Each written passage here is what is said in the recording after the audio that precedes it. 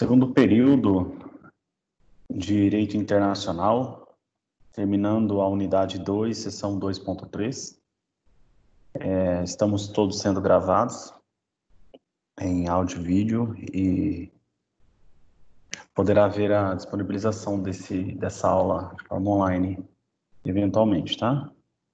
Vamos continuar para a aula ao vivo e nós terminamos no ponto que se referia a quais eram os crimes graves de competência do Tribunal Penal Internacional. Vimos a evolução histórica, de sua primeira e segunda geração, e o seu surgimento de aceite majoritário justamente por força de não estar se formando um tribunal de exceção. E visto, então, esses pontos, a gente passa para um outro ponto de estudo que é muito ligado à importância também desse conteúdo, que são os princípios. Então, no livro acadêmico de vocês, alguns princípios são destacados. O princípio da complementariedade, o princípio da humanidade das penas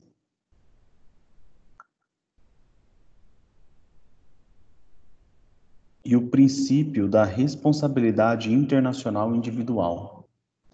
Então, acerca desses três princípios, que os nomes eles acabam já sendo praticamente explicativos, no sentido do primeiro, princípio da complementariedade, ele poderia ser tido como o Tribunal Penal Internacional, ele ser complementar. Se ele é complementar, é porque já se pressupõe a existência de um anterior, de um prévio, de um já existente. Ele apenas complementaria algo. Quando a gente fala a respeito do princípio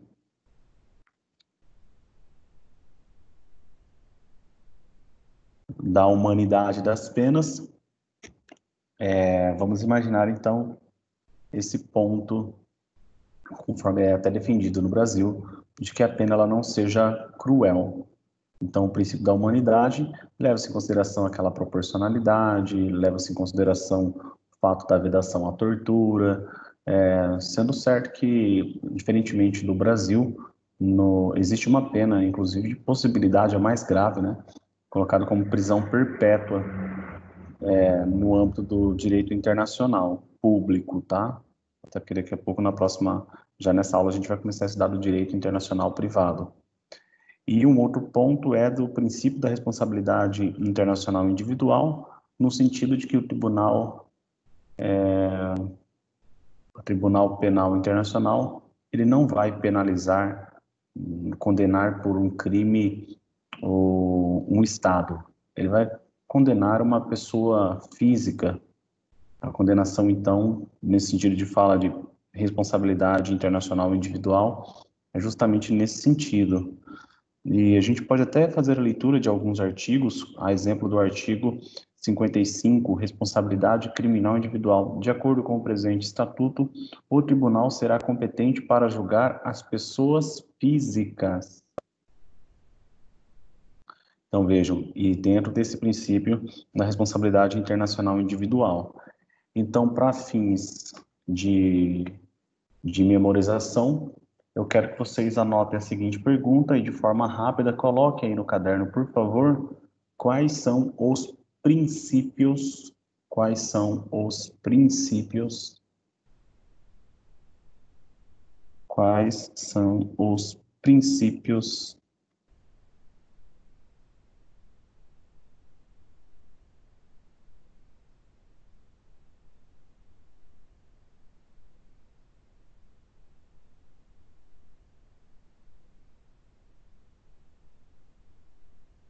inerentes, quais são os princípios inerentes ao Tribunal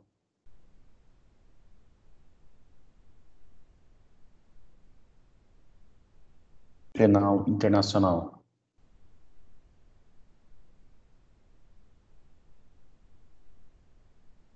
Quais são os princípios inerentes ao Tribunal Penal Internacional?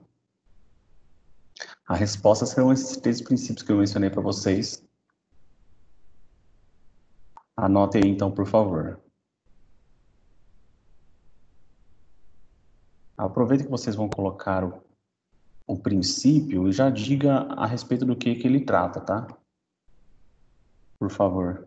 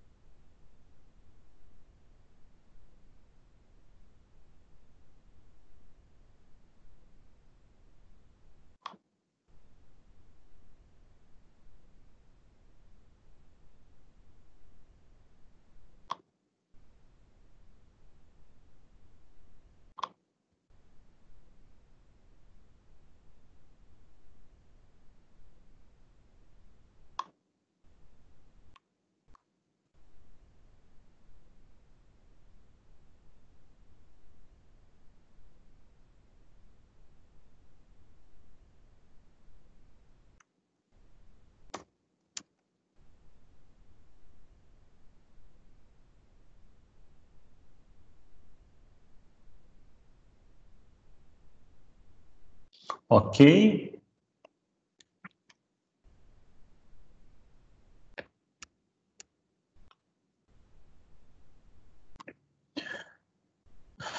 Pessoal, já que vocês fizeram anotação de quais são os princípios,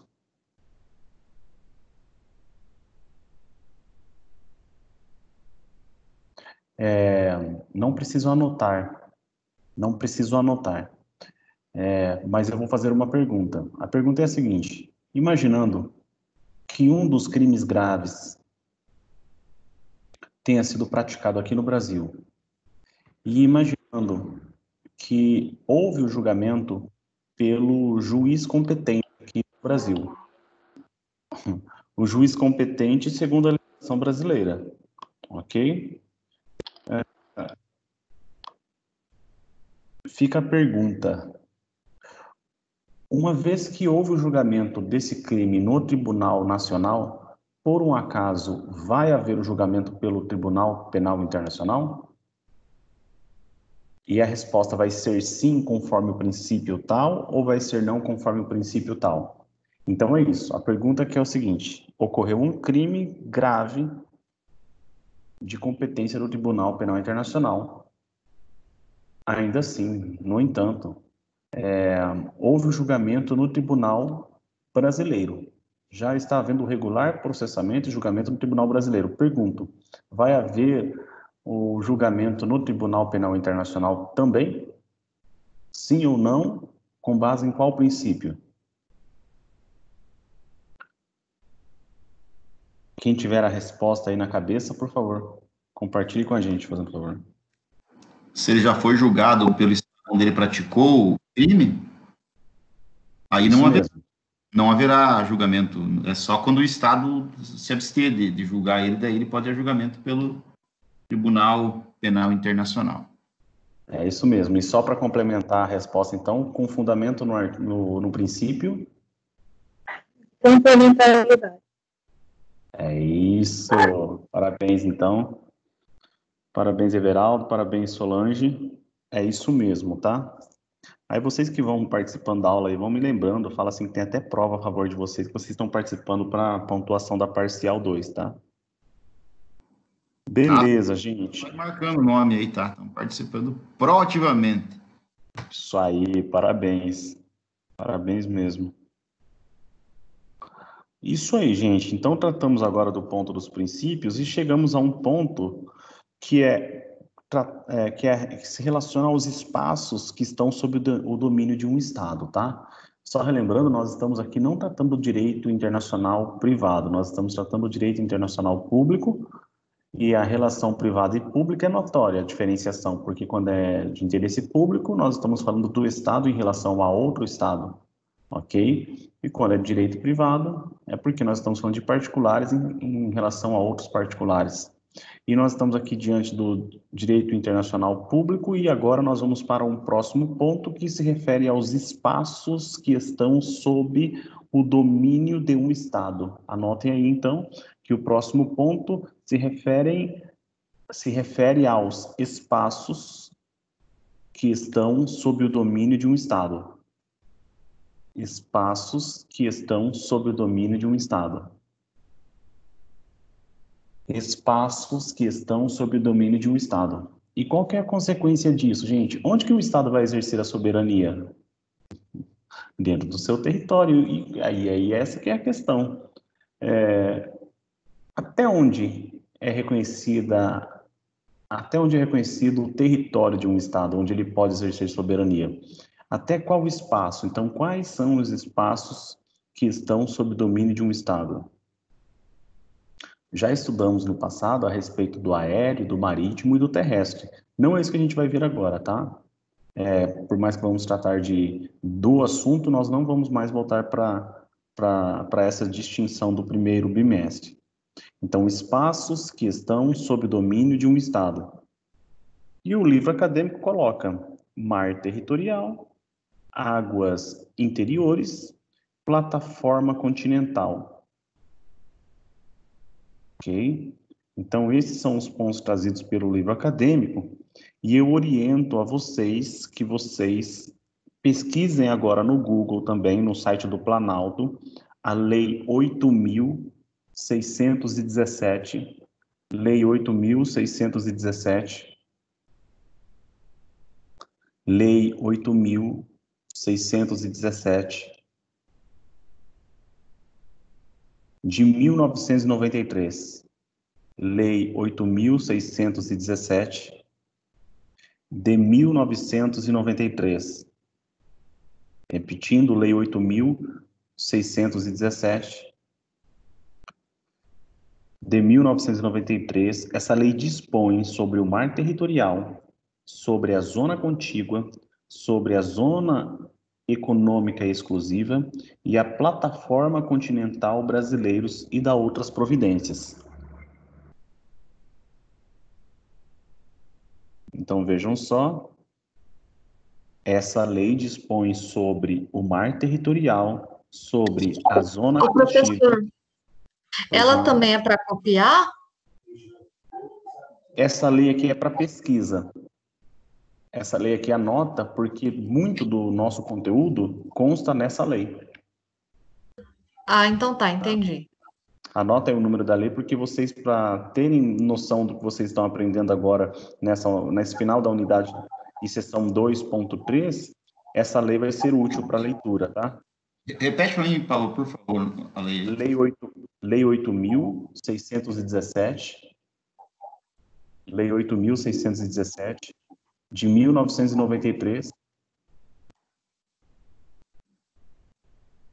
que dispõe sobre, não precisa escrever, né, porque é o preâmbulo dela, né, dispõe sobre o mar territorial, a zona contígua, a zona econômica exclusiva e a plataforma continental brasileiros e da outras providências.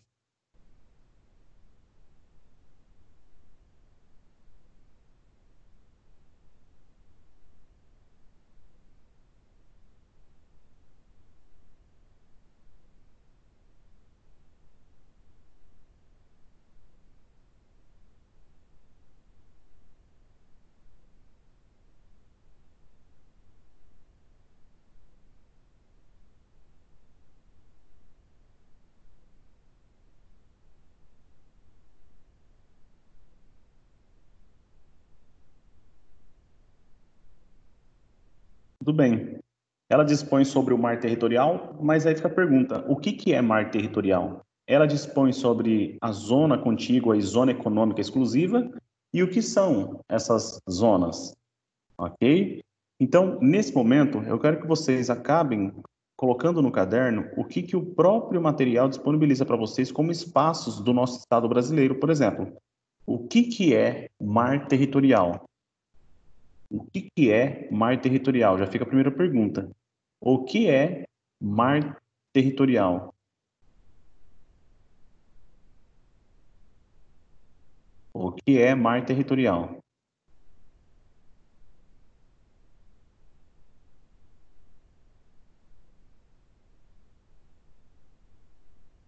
No livro diz assim: é considerado uma zona de mar adjacente. Nesses locais, o Estado que possui o domínio sobre eles costumam restringir a sua soberania para possibilitar a passagem inofensiva de embarcações estrangeiras. E olha só que interessante. O artigo 2º dessa lei que eu citei para vocês, ou melhor, o artigo 1º dessa lei que eu citei para vocês diz o seguinte: o mar territorial brasileiro compreende uma faixa de 12 milhas marítima de largura, medidas a partir da linha de baixa-mar do litoral continental e insular, tal como indicada nas cartas náuticas de grande escala, reconhecidas oficialmente no Brasil. Então, um ponto interessante é que esse espaço territorial brasileiro, tratando do mar territorial, o mar territorial brasileiro compreende uma faixa de 12 milhas marítima de largura. 12 milhas marítima de largura.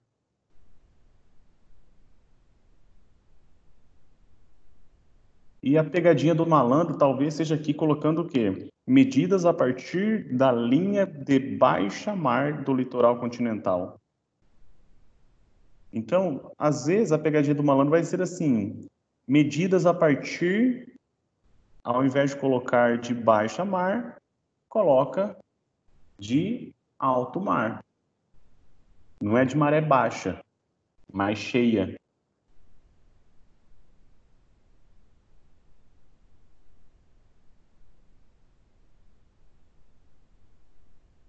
Essa cheia, no caso, seria de alto mar.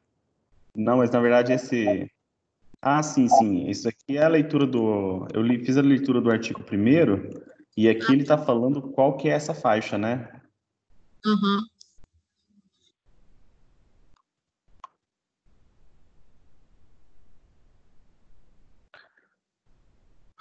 indo para significado, gente, ó, quando o nível da água do mar atinge o seu nível mais baixo, chama-se baixa mar. Maré baixa ou maré vazia, tá? Então vejam, quando o nível da água do mar atinge seu nível mais baixo, chama-se baixa mar, também chamada de maré baixa ou maré vazia. E quando está em seu nível mais alto, chama-se preia-mar, ou então também maré alta ou cheia. Em geral, verificam-se as duas marés altas e duas marés baixas a cada 24 horas. Mas aqui que eu estou querendo dizer para vocês, então, a alternativa correta é a que irá falar baixa mar, não na preia-mar, não em maré alta ou maré cheia, tá? Então, às vezes, alguma pegadinha de algum concurso público, algum exame da ordem que caia o conteúdo, vai ser que vai poder incidir tanto em falar no número de milhas, que aqui a gente falou de 12 milhas, como também do ponto de medida, que é da linha de baixa mar. E milha marítima corresponde a 1.852 metros, só a título de informação, tá? Então, vamos aproveitar, então, milha marítima, até deixa eu pegar a calculadora aqui. Opa.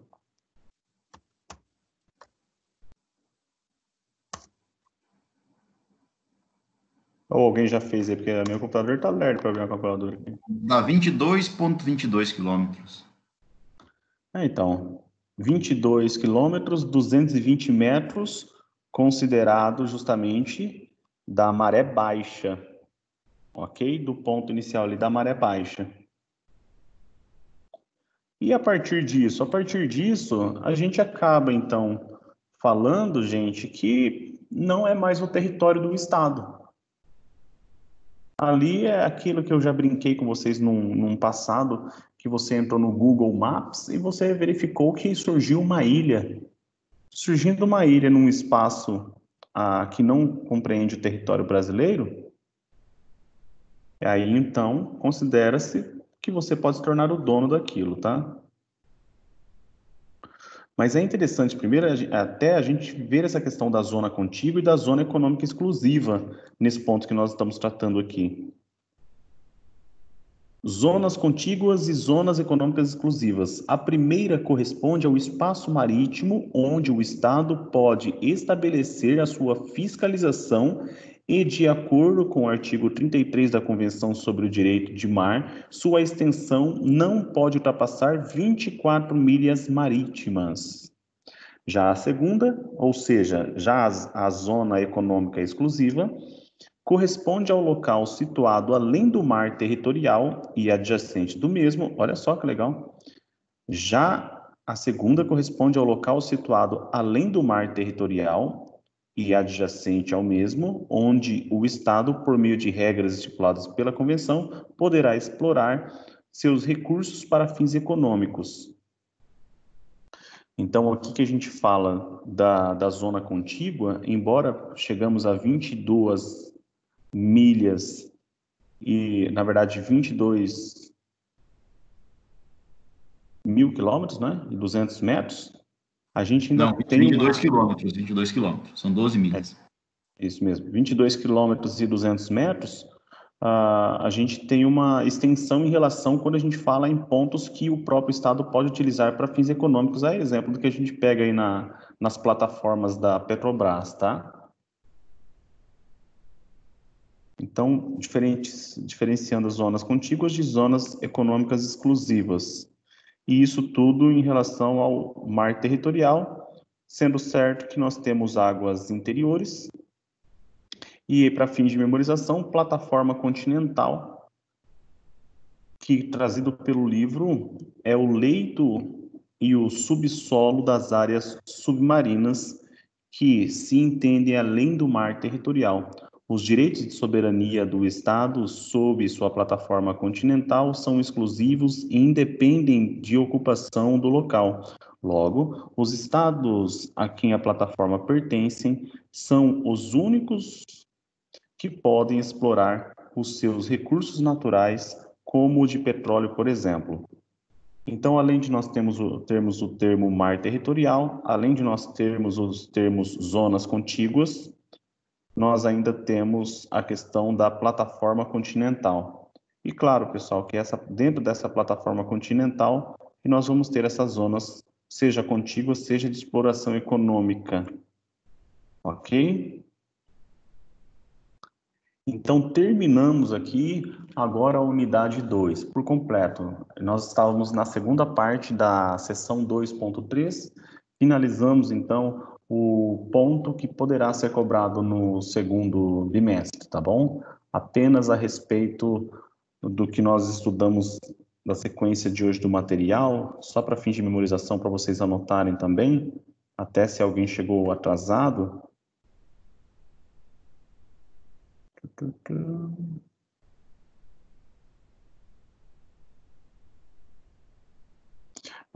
Começamos o primeiro período de aula tratando do Tribunal Penal Internacional. Então, na sequência do Tribunal Penal Internacional, que está na seção 2.3, aí vem o conteúdo do segundo bimestre, tá? E nós vamos agora, então, para a unidade 3. E a unidade 3 tem como título Direito Internacional Privado, parte geral. Direito Internacional Privado, parte geral.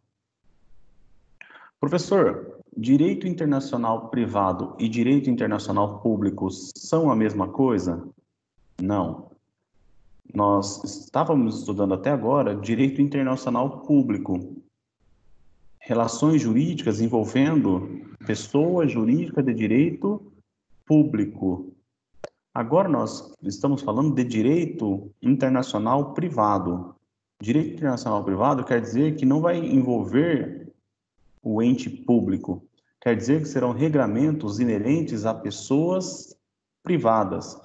Como nós sabemos, nós estamos diante de pessoa natural, pessoa física ou pessoa jurídica.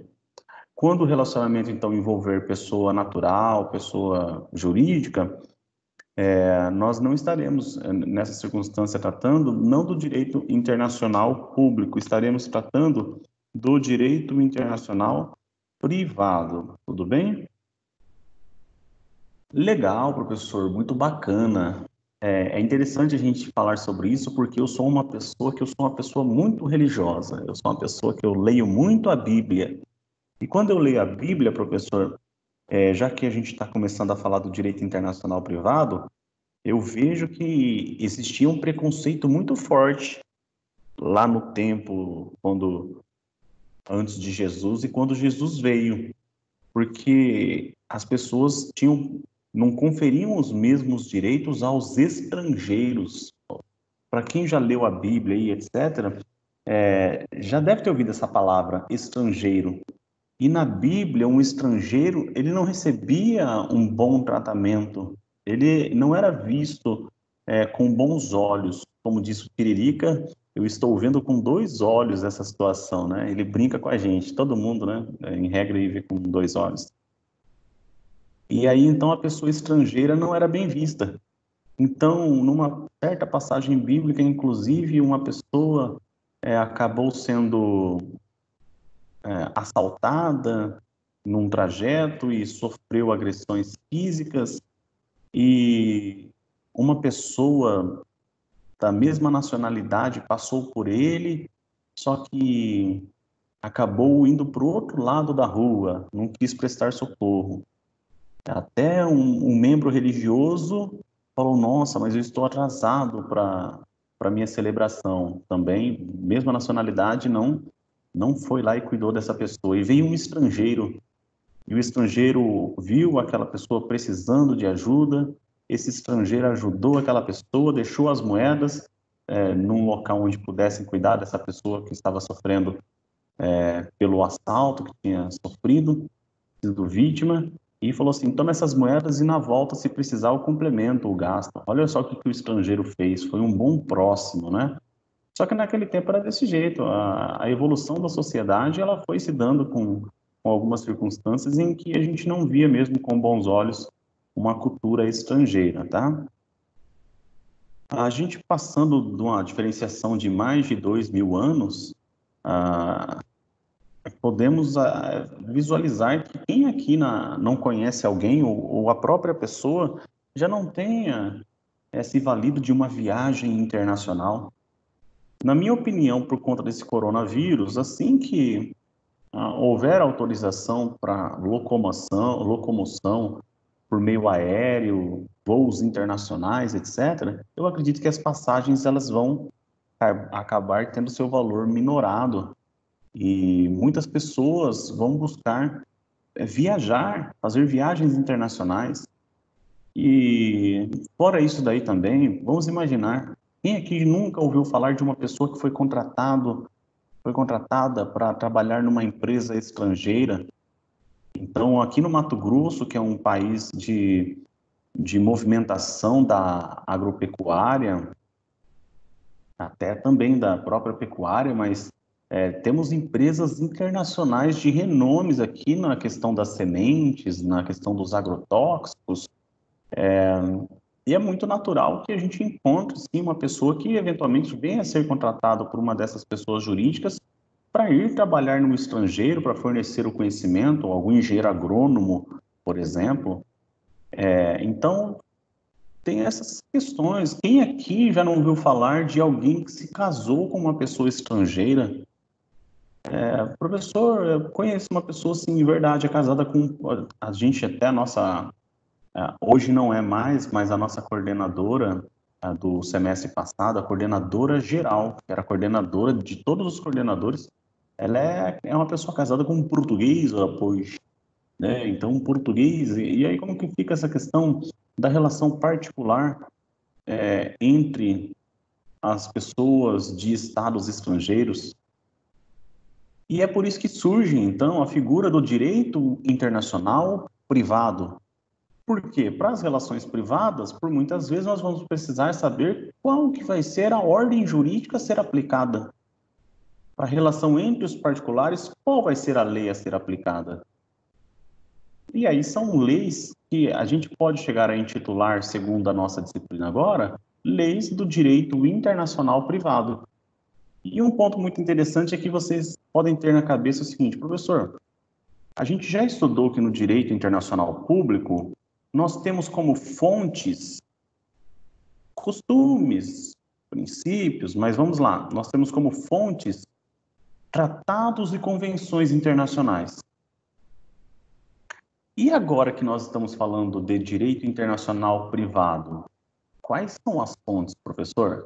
Então, voltando, para você, se você não prestou atenção na pergunta, preste atenção. Eu disse para vocês que o direito internacional público tem como fonte tratado e convenção internacional entre os Estados. Vimos até a questão de ser signatário, qual o procedimento, e vimos também que pode, inclusive, ser recebido com força de norma constitucional. Tá, agora vamos lá. E a fonte do direito internacional privado? Como que vai ser isso, professor? E o interessante é que tem até uma certa crítica acerca da nomenclatura.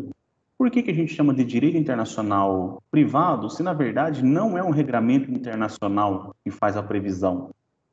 Se na verdade o regramento que vai tratar dessa relação é um regramento criado por cada Estado, internamente. Professor, como assim criado por cada Estado internamente? Quer dizer o seguinte, cada Estado passa pelo processo legislativo para criar regras das relações que vão envolver particulares dentro do aspecto internacional. Então, vamos lá. Se vocês não estudaram ainda, vocês vão estudar em Direito Processual do Trabalho. Pergunto eu, uma pessoa que for contratada no Brasil para ir trabalhar no estrangeiro, o processo em relação a ele vai se dar onde? Vai se dar no estrangeiro, segundo a lei estrangeira, ou vai se dar no Brasil em relação à lei brasileira? Aí, professor, aí o senhor pegou, hein? A pessoa foi contratada com um contrato aqui no Brasil, mas para ir trabalhar no estrangeiro, qual lei que vai ser aplicada? Vocês acabaram de ver o problema? É isso. Quando a gente fala de direito internacional privado, é que nós estamos falando de regulamentos feitos internamente para saber qual vai ser a solução para uma relação internacional. Nesse caso, a lei brasileira diz que é a própria lei brasileira. Porque pode um brasileiro, por exemplo, decidir mudar o seu domicílio, vamos pegar o exemplo, foi lá para Portugal, ora pois, e foi para Portugal, para morar em Portugal, e de repente ele é contratado para um emprego em Portugal. Qual que vai ser a lei que vai reger a relação de emprego desse brasileiro que foi para Portugal e está trabalhando em Portugal? A lei de Portugal. Só que se por um acaso esse brasileiro for contratado no Brasil para ir trabalhar em Portugal, a lei a ser aplicada a ele vai ser a lei do Brasil, vai ser o processo do trabalho aqui no Brasil. Querem mais do que isso? Vamos tratar a respeito de leis que versem sobre direito de família. Existe a Lei de Introdução às Normas do Direito Brasileiro, e a Lei de Introdução às Normas do Direito Brasileiro acaba especificando que, em regra, se aplica a lei brasileira, podendo ser aplicada a lei estrangeira se mais favorável ao brasileiro. Olha só, então tem um regramento na Lei de Introdução, a partir do artigo 7º da Lei de Introdução às Normas do Direito Brasileiro, que é lá de 1900 e bolinha, né? 1940, vou até pegar aqui o número do decreto-lei, e vai especificar qual que é a lei que vai se aplicar, quando que vai ser a lei estrangeira, quando que vai ser a lei brasileira. Gente, e essa normativa passou pelo processo legislativo brasileiro. Não é um tratado internacional, não é uma convenção internacional. É um regramento jurídico criado dentro do Poder Legislativo, na função típica de legislar, dentro do nosso Estado. Ok?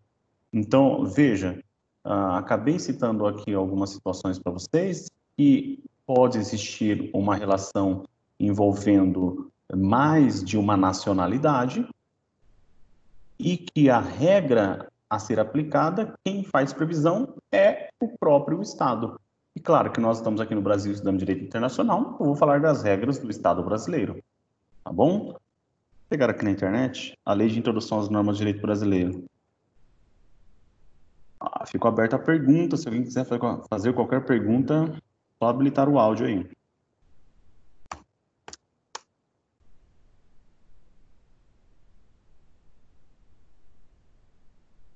Lei de Introdução às Normas do Direito Brasileiro. Planalto. Eu recomendo, pessoal, sempre que vocês forem buscar uma legislação, que vocês busquem a do site do Planalto, porque vai estar atualizada até aquele momento. Vamos supor que já sofreu alguma revogação não absoluta, mas uma derrogação, né? Decreto-Lei número 4.000, para quem quiser anotar, no exemplo que eu estou passando aqui, Decreto-Lei número 4.657, 4657, Decreto-Lei 4657, /42.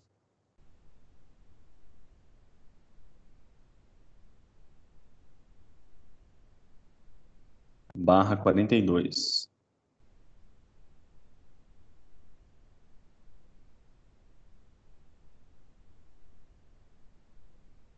Olha só o que diz o artigo 7º desse decreto 4672. 4657, desculpe, de 42.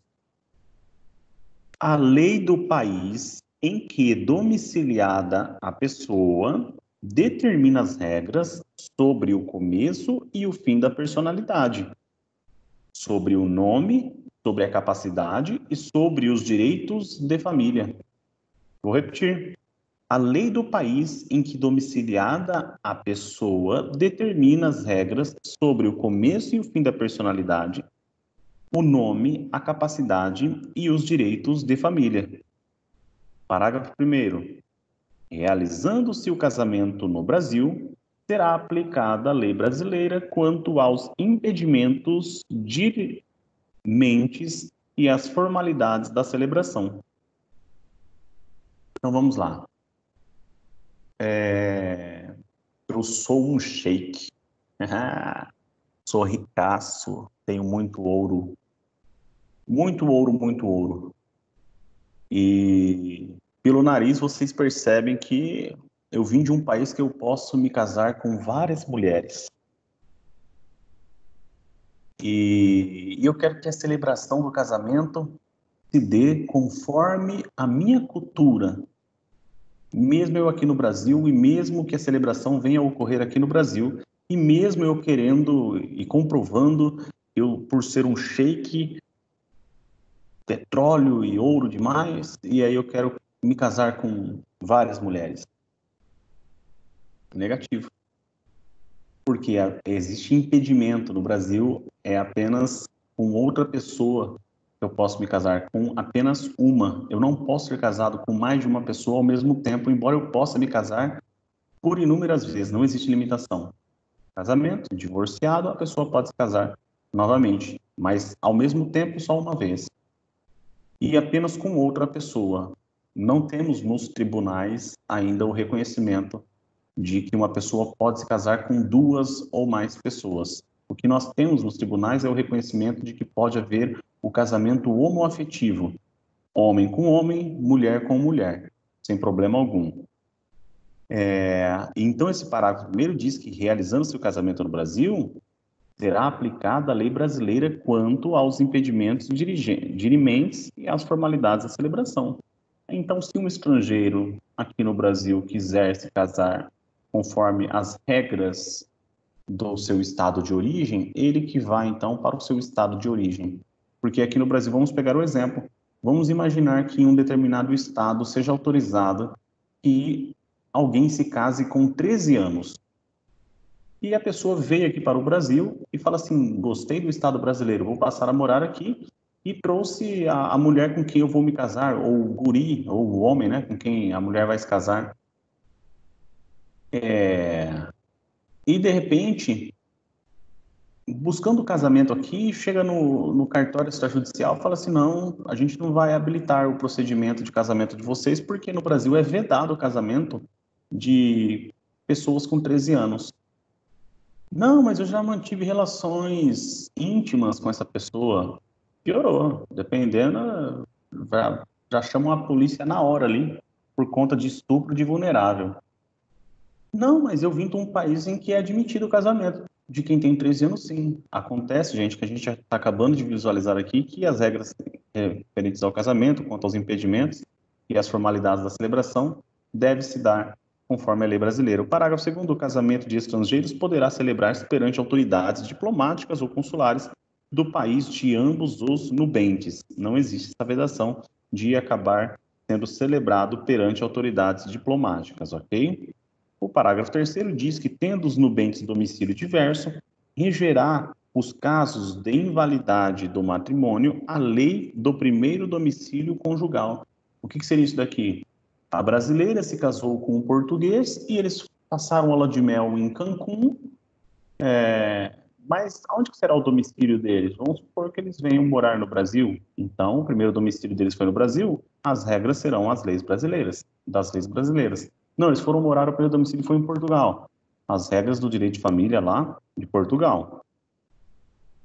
Por quê? Porque um morava em Portugal, o outro morava aqui no Brasil e acabou dando essa problemática aí. E a lei brasileira, se eles vierem, então, a morar no Brasil, vai falar que é a lei do Brasil que vai reger. O regime de bens, legal ou convencional, obedece à lei do país em que tiverem os nubentes domicílio e, se for diverso, o do primeiro domicílio conjugal. Então chega um jovenzinho e ele se apaixona por uma senhora de 70 anos. E essa senhora de 70 anos, por coincidência, multimilionária, né? Por mera coincidência, ele se apaixonou, um boyzinho aí de 25 anos, né? Apaixonou-se por uma senhora de 70. E acontece que essa senhora de 70 anos é brasileira e esse jovenzinho é um argentino. É um argentino. E aí eu pergunto para vocês, como que vai ser o regime de bens? Chega o jovenzinho e fala assim, Olha, aqui na Argentina, gente, eu nem estudei, nem peguei a Constituição, nem Código Civil argentino, nem nada, tá? Nem a lei lá da Argentina, né? Estou só criando um exemplo aqui. Ó, aqui na Argentina fala que eu escolho o regime de bens, não importa a idade.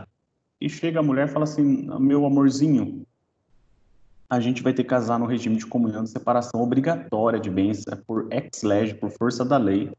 A lei brasileira fala que quando se tem 70 anos, que o regime de bens obrigatoriamente será o de separação obrigatória. Eu queria que fosse comunhão universal de bens, metade para cada um, meu amorzinho. Só que, na verdade, é isso, né? A lei brasileira fala que tem que ser separação obrigatória de bens, eu lamento. Eu lamento, mas fica tranquilo que nossa vida será uma vida muito boa. Então, vejam, é o que diz aqui o parágrafo 4º.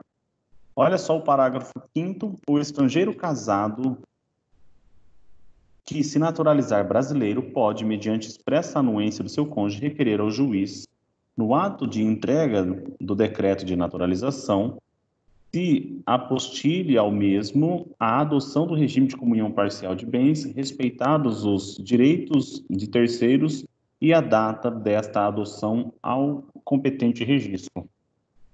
No Brasil, a alteração da comunhão de bens, do regime de bens, é muito difícil. Não é fácil aqui no Brasil você conseguir a alteração do regime de bens. Você tem que comprovar para o juiz o porquê da alteração, porque você já teve um momento oportuno para você escolher qual é o pacto antinupcial, e esse momento foi o do processo, do procedimento para casamento, que ele é um pouco burocrático. E se naquele momento você já fez certa escolha, por que você está mudando agora? Então você tem que comprovar judicialmente, por meio de uma ação judicial, que você quer autorizar que você quer autorização para a troca do regime de bens, ou seja, do pacto que gerencia os bens do casal.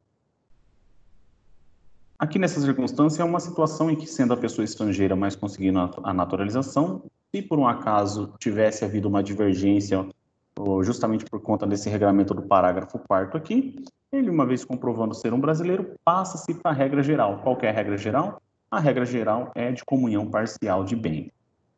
Tá? Professor, o senhor comentou a respeito de alteração do regime de bens, e se a pessoa vive em união estável?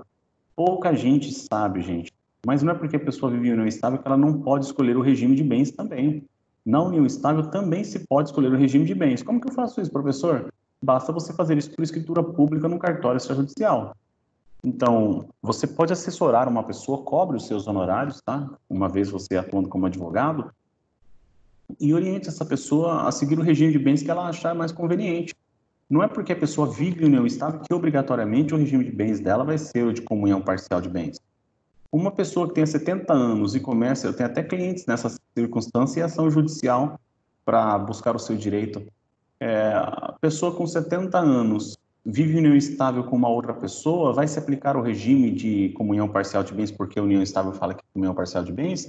Não, vai ser aplicado de separação obrigatória de bens porque a mesma regra do casamento vai ser aplicada também para a união estável. Professor, e se lá no momento de formar a união estável por escrito, por escritura pública, a pessoa já fala assim, eu quero separação obrigatória, eu quero, não, desculpa, a separação convencional. A pessoa pode escolher a separação convencional? Pode. A pessoa pode escolher regime de comunhão universal de bens? Pode também? Pode. Tá? Então, pouca gente sabe isso daí, mas passem para frente até para fins de vocês poderem atuar eventualmente numa ação dessa daí, caso vocês entendam. Mas voltando aqui para o tema da aula, que é direito internacional privado, vocês veem que nós temos diversas relações que podem acabar sendo interessante. Gente, e esse decreto-lei ele foi feito internamente no Estado brasileiro. Então, as regras que gerenciam o direito internacional privado são criadas pelo próprio Estado e é por isso que existe uma crítica de falar direito internacional. Porque se eu estou falando que é um regulamento feito dentro do próprio ordenamento jurídico, não tem por que eu ficar falando que é direito internacional. Então tem quem faz essa crítica aí também, tá? Na aula de direito de família, vocês podem acabar pegando esse artigo aqui para vocês tratarem dessa questão das regras do direito de família, tá? Olha o artigo 10, que diz: a sucessão por morte ou por ausência obedece à lei do país em que domiciliado o defunto ou o desaparecido, qualquer que seja a natureza e a situação dos bens. Então, a sucessão por morte ou por ausência obedece à lei do país em que domiciliado o defunto desaparecido. Aqui está querendo dizer que não importa se é estrangeiro ou se é brasileiro. Uma vez domiciliado no Brasil, o inventário deverá ser processado no solo brasileiro, ou seja, em território brasileiro. A sucessão de bens de estrangeiros situados no país será regulada pela lei brasileira em benefício do cônjuge ou dos filhos brasileiros, ou de quem os represente, sendo que não lhe seja mais favorável a lei pessoal do decujus. Eu comentei com isso agora há pouco com vocês. A sucessão de bens de estrangeiros situados no país, então aqui nós estamos falando de bens da pessoa, tá? A sucessão de bens dos estrangeiros situados no país será regulada pela lei brasileira, em benefício do cônjuge ou dos filhos, exceto que, ou de parentes, exceto que, se a lei estrangeira for mais favorável para os filhos, para o cônjuge, para quem os represente, tá? Então, veja, pessoal, algumas normas aqui, então, dentro da Lei de Introdução às Normas do Direito Brasileiro, são aplicáveis dentro do direito internacional privado. E eu só quis ler para vocês alguns artigos e citar a Lei de Introdução às Normas do Direito Brasileiro, justamente pelo fato de vocês saberem, o direito internacional privado trata de regras que versam sobre relações internacionais, ou seja, entre mais de uma nacionalidade, só que esse regulamento é criado internamente por cada Estado. E a problemática maior, que é chamada de qualificação, é justamente saber se, inclusive, houver um certo conflito, a lei brasileira fala que é o solo brasileiro e as regras do Brasil que gerencia aquela relação jurídica, e vem um outro Estado e fala que não, pela regra própria do outro Estado, quem gerencia é a regra daquele país. Nesse conflito, como que eu vou saber qual é a lei que eu vou aplicar? E a gente entra num momento, pessoal, que é como se, para vocês entenderem de uma forma mais fácil essa questão da classificação, é a mesma coisa de eu falar o seguinte: eu comprei um celular. Olha só, eu comprei um celular. Eu comprei um celular e meu celular apresentou defeito. Eu comprei o celular, deu 40 dias, esse celular apresentou um defeito. Aí eu pergunto para você, eu tenho o direito de ser indenizado, não foi um vício oculto, tá? Eu tenho o direito de ser indenizado, vamos supor que eu comprei inclusive um celular usado. Um celular usado. Comprei um celular usado, em 40 dias ele deu PT. Parou de funcionar. Pergunto eu para vocês, eu tenho direito à garantia? Alguém poderia me dar esse feedback aí, a sua opinião? Acho que não sendo um vício oculto, você não tem o direito, porque você verificou bem quando comprou ele, né? Aqui, gente, obrigado. Obrigado pela resposta. A resposta dessa pergunta, ela acaba podendo ter duas chances de interpretação. Primeiro, eu comprei o celular de quem? Eu posso ter comprado o celular numa loja, eu posso ter comprado o celular de um particular. Se eu comprei de um particular, eu não tenho garantia. Comprei do particular, sabe? Ô, você vende teu celular vendo? Qual o preço que você quer no teu celular, rapaz? Eu paguei 2.000 no meu celular. Só que 2 anos de uso já, né? O celular já tá meio que baqueado. Eu vendo por duzentão para você. Você aceita? Pô, quantos giga tem? Qual que é a câmera dele, etc. Pô, vale a pena, vale a pena. Vou comprar sim. E a pessoa foi lá, pagou duzentão no celular, usou 40 dias, o celular deu problema, não era vício oculto, não tem direito à garantia. Agora, se eu compro um celular, pode ser até usado, viu, gente?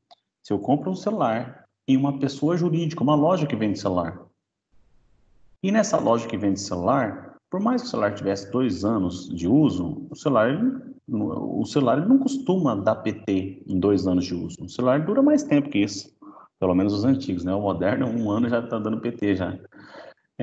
Dura mais do que isso daí. A loja, ela se submete não ao regramento do Código Civil, Uma loja que tenha a questão da venda de celulares como a sua fonte de renda, a sua finalidade lucrativa, ela tem que submeter às regras do Código do Consumidor.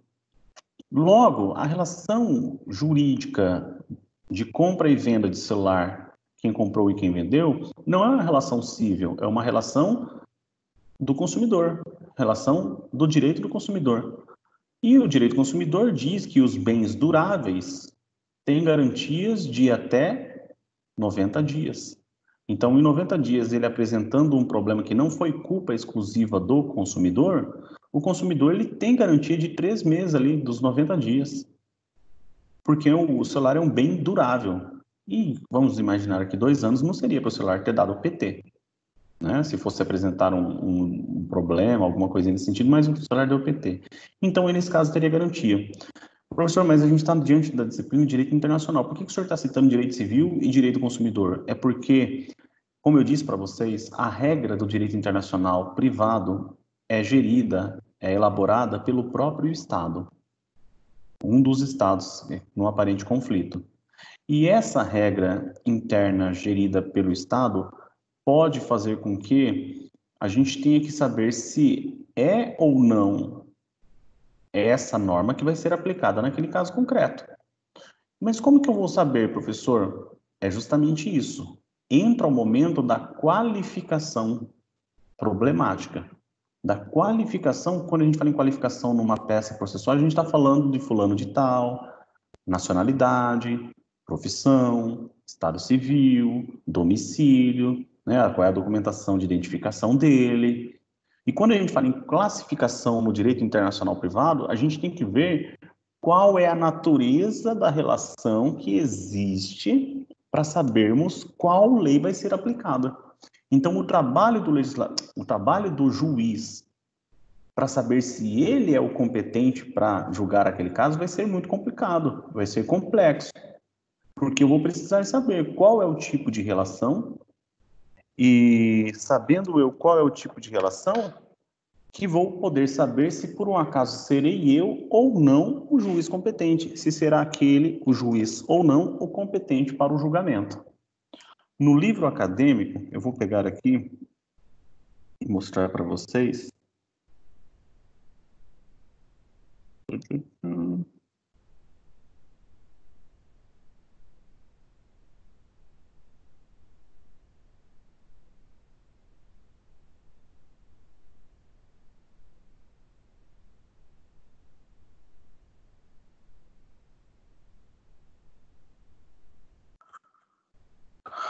Só um segundinho que eu vou colocar para não perder a bateria.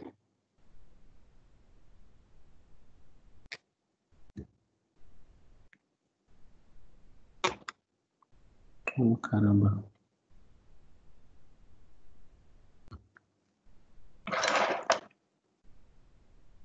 Só um segundinho.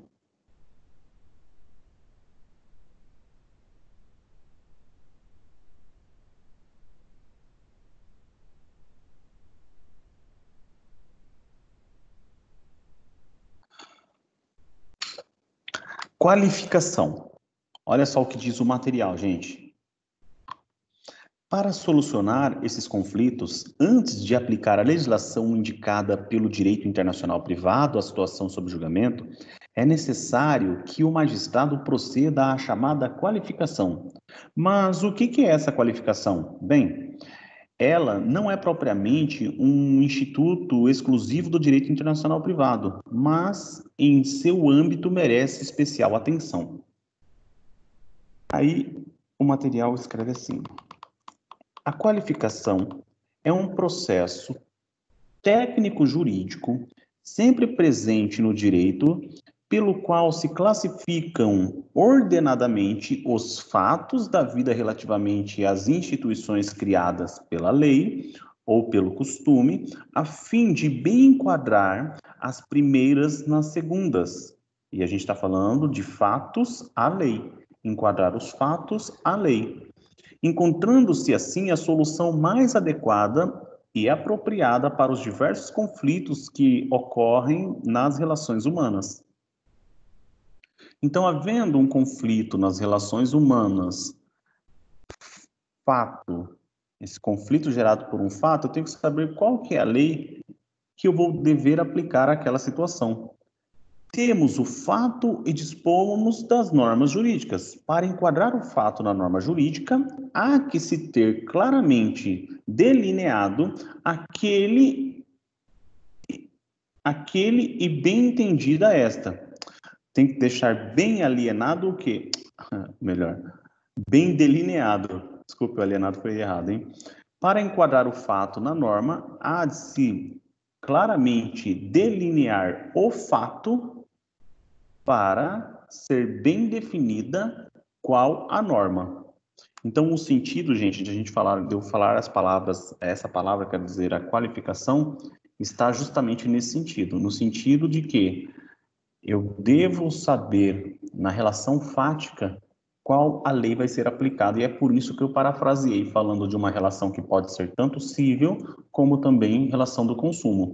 Só que no caso aqui do direito internacional privado, nós vamos ver, é que não falar em Código Civil ou Código Consumidor, mas sim se o julgamento vai se dar segundo a norma do Estado brasileiro ou segundo a norma do Estado estrangeiro. Se quem vai fazer esse julgamento vai ser o juiz nacional ou se vai ser o juiz estrangeiro, ok?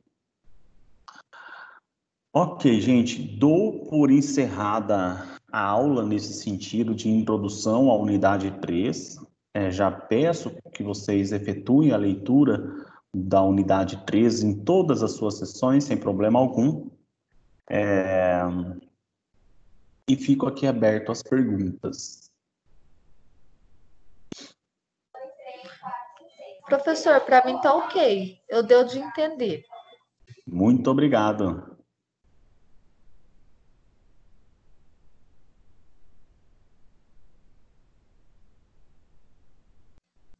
Beleza, Paulo. Até sexta-feira. Abraço, então. Para mim também está ok, professor. Muito obrigada. Boa quarta. Obrigado, gente. Bom descanso para vocês aí. Obrigada.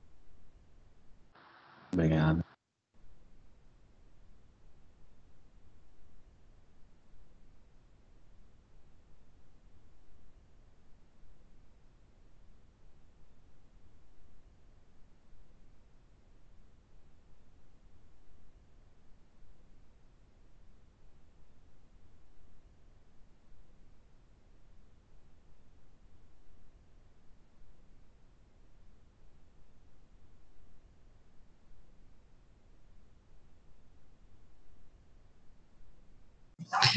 Então tá, professor, tchau, tchau. Abraço.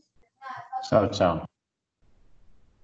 Só relembrando, estou aberto a perguntas caso alguém tenha para fazer, tá?